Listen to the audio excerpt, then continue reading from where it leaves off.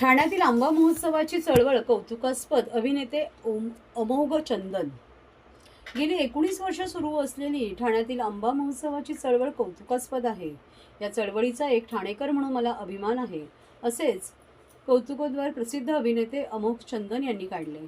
शुक्रवारी 1 मे या महाराष्ट्र दिनी ठाण्याच्या गावदेवी मैदानात चिमुकल्या पंचकन्यांच्या हस्ते पूजा करून आंबा महोत्सवाचे उद्घाटन करण्यात आले. या प्रसंगी अभिनेते अमोघ चंदन बोलत होते. महाराष्ट्र राज्य कृषी विभाग आणि कृषी पणन मंडळ पुरस्कृत तसेच संस्कार सेवाभावी संस्था व कोकण विकास प्रतिष्ठानाच्या वतीने 1 मे ते 10 मे या कालावधीत ठाण्यातील गावदेवी मैदानात भव्य आंबा महोत्सव प्रारंभ झाला आहे.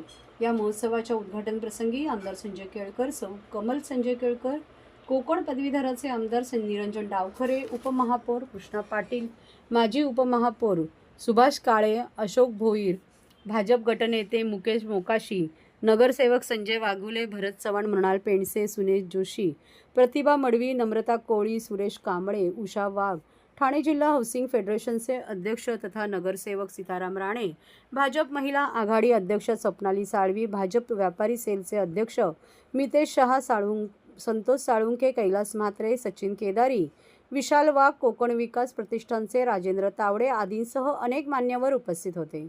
यावेळी अभिनेते अमोघ चंदन यांनी गेली 19 वर्षे अव्याहतपणे सुरू असलेल्या या आंबा महोत्सवाच्या चळवळीचे कौतुक करून कोकणातील शेतकऱ्यांच्या पाठीशी उभे राहत ही चळवळ सुरू ठेवणारे आमदार संजय केळकर हे खऱ्या अर्थाने जनसेवक असल्याचे सांगितले.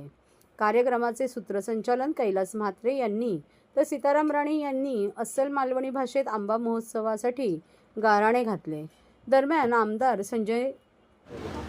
निरंजन डावखरे यांनी कोकण प्रदेशातील वृत्तपत्रांची रद्दी वापरून विक्रेते कोकणच्या नावाखाली आंबा विक्री करतात, तेव्हा ग्राहकांनी न फसता या आंबा महोत्सवात असे आवाहन.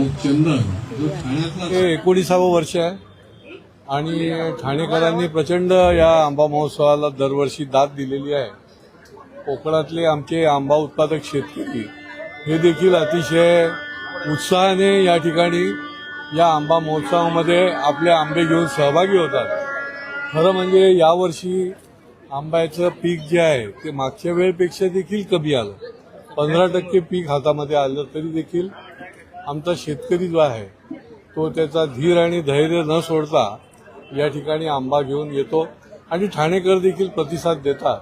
मला निश्चितपणे खात्री आहे की या आंबा महोत्सवामध्ये शेवटी हा महोत्सव जरी म्हणत असलो तरी ही एक चळवळ आहे. ही आंबा उत्पादक शेतकरी आणि ग्राहक यांना चांगला दर्जेदार माल मिळाला पाहिजे. कुठल्याही प्रकारची प्रक्रिया केलेला असता कामा नये आणि वाजवी भावाने उत्तम दर्जाचा आंबा मिळण्याकरता ही एक चळवळ जी राबवतोय त्याला ठाणेकरांनी आणि आजूबाजूच्या लोकांनी देखील खूप प्रतिसाद दिला आहे.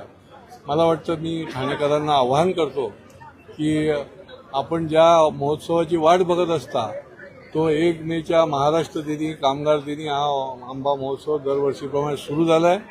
आपण अवश्य या महोत्सवाला भेट द्या आणि आमच्या आंबा उत्पादक शेतकऱ्यांना बळ द्या. मला खरोखरच कौतुक वाटतं श्री केळकर साहेबांचं, कारण एखादी चळवळ, एखादा हा उपक्रम 19 वर्ष न थांबता सुरू ठेवणं हे खूप मोठी गोष्ट आहे. आणि माझ्यासारख्या सिनेकलाकाराला इथं उद्घाटनासाठी बोलवलं त्यासाठी केळकर साहेबांचे, निरंजन डावखरे साहेबांचे मी मनापासून आभार व्यक्त करतो. आणि आपल्यासारखा जो आम नागरिक आहे जो ज्याची ही कायम रड असते की आपण निवडून दिलेले जनसेवक आपल्यासाठी काही करत नाहीत, तर हा एक मोठा उपक्रम आहे. आणि आता आपली जबाबदारी आहे की मी पुन्हा एकदा ठाण्यातल्या पूर्ण नागरिकांना आवाहन करीन की ह्या उपक्रमाला भरघोस प्रतिसाद द्यावा आणि आपणही आपलं कर्तव्य बजावा. 19 वर्ष सातत्याने माननीय केळकर साहेबांच्या पुढाकाराने कोकणातला जो आंब्याचा बागायतदार आहे त्याला एक हक्काचं व्यासपीठ या आंबा महोत्सवाच्या माध्यमाने भेटत असतं.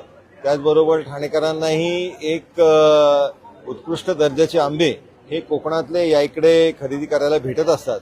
आपल्याला कल्पना असेल की इतर राज्यातली आंबे आता या इकडे आपल्या राज्यामध्ये देवगड या नावाने कुठेतरी विकले जातात. त्याच्यामध्ये हुशारीने पॅकिंग करताना पण त्याच्यामध्ये मराठी पेपरच टाकले जातात. तर या बाबतीत आपण सगळ्यांनी सावधगिरी बाळगत असताना या आंबा महोत्सवामधनं आपल्याला खऱ्या अर्थाने कोकणातलेच आंबे, देवगडचेच आंबे हे या इकडे आवर्जून बघायला भेटतात. त्याच्यामुळे माझी आपल्या माध्यमाने सर्व ठाणेकरांना आवर्जून विनंती आहे की या आंबा महोत्सवामध्ये आपण सहभागी व्हावं.